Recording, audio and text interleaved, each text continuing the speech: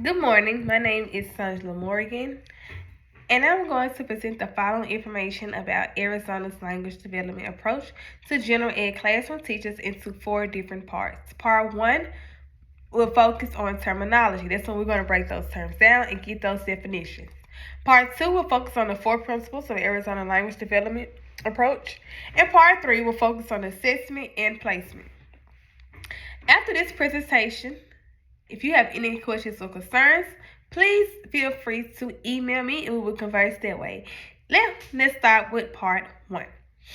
Arizona definition of an English learner.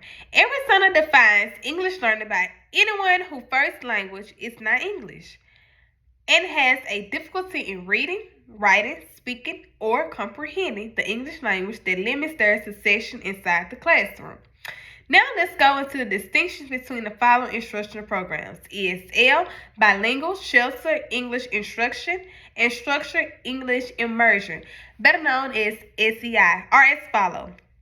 ESL is designed to improve those students whose first language is not English to improve it by having different classes.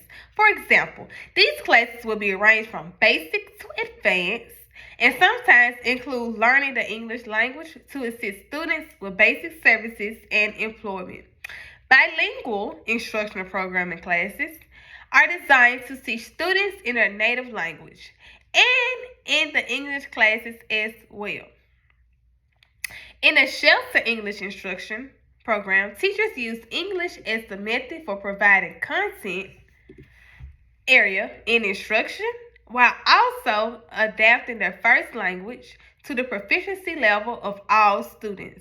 Sometimes the teacher uses some type of gestures or visual aids to help their students understand. Structured English Immersion, the SEI, is a more intense English teaching program for students who do not speak the English language to accelerate their learning of the English language so that it can comply with provisions of Title 15. Part 2, Arizona Language Development Approach and the synthesis of the research around ELLs.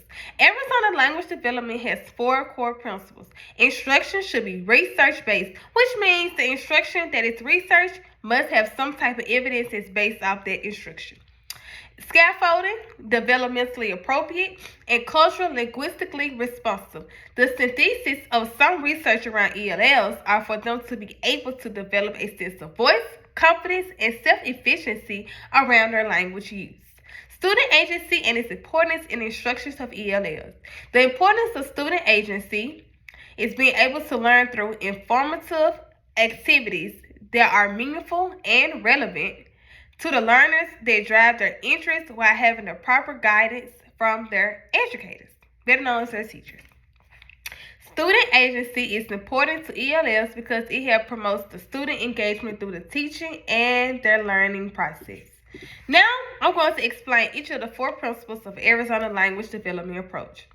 Arizona Language Development Approach Arizona Language Development has four core principles. The first one is asset-based behaviors and expectations. That's the home language, cultures, and things in that nature are assessed by educators. Ensure that students' cultural and linguistic assets are acknowledged as well as respected. The second one is integrated instruction in disciplinary language and content. They must differentiate the disciplinary language instruction using the language of English proficiency standards. The third one is target and explicit language instruction. For all students to use their language across the normal domains, they must create some type of opportunities. The fourth is assessment, monitoring, and feedback. Using the district and teacher that created those formative and summative assessments that required their use of home language embedded in content areas. The content areas is such as English, math, science, and social studies. The different components of Arizona's approved research-based SEI models are newcomer, pull-out, 2-hour 50-50 dual language immersion. First, let's start with newcomer approved research-based. SEI are that there must be 100 minutes per day for ELD time available for all students that are in their first year that are identified as those pre-emergent ELLs. Pull out approved research-based SER are that student schedule must include 60 minutes a day ELD times provided by SEI teachers. Grade level teachers must provide at least 60 minutes of some type of integrated language development. Now let's move on to the 2-hour approved research-based.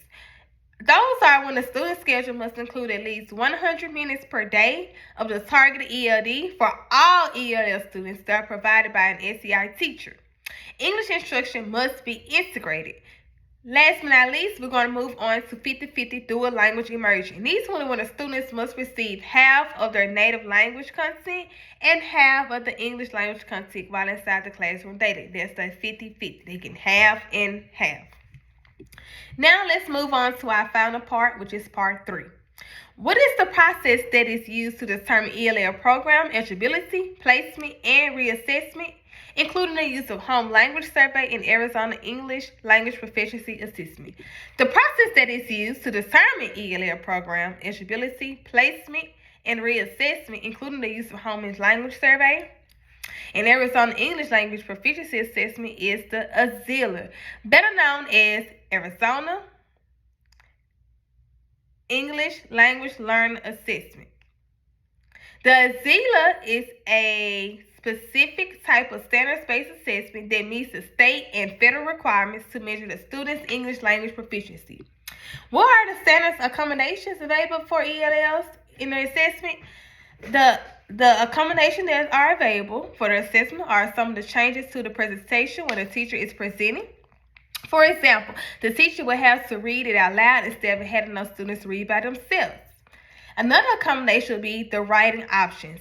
This means that the student will get assistance with the bubbling of a multiple choice test, meaning that instead of the student writing down the answer, they may actually bubble in A, B, C, or D. These things does not alter the assessment nor change the way assessment is being measured. Thank you for your time for listening to me. Again, if you have any questions or concerns, please feel free to reach out to me. Thank you. Have a good rest of your day.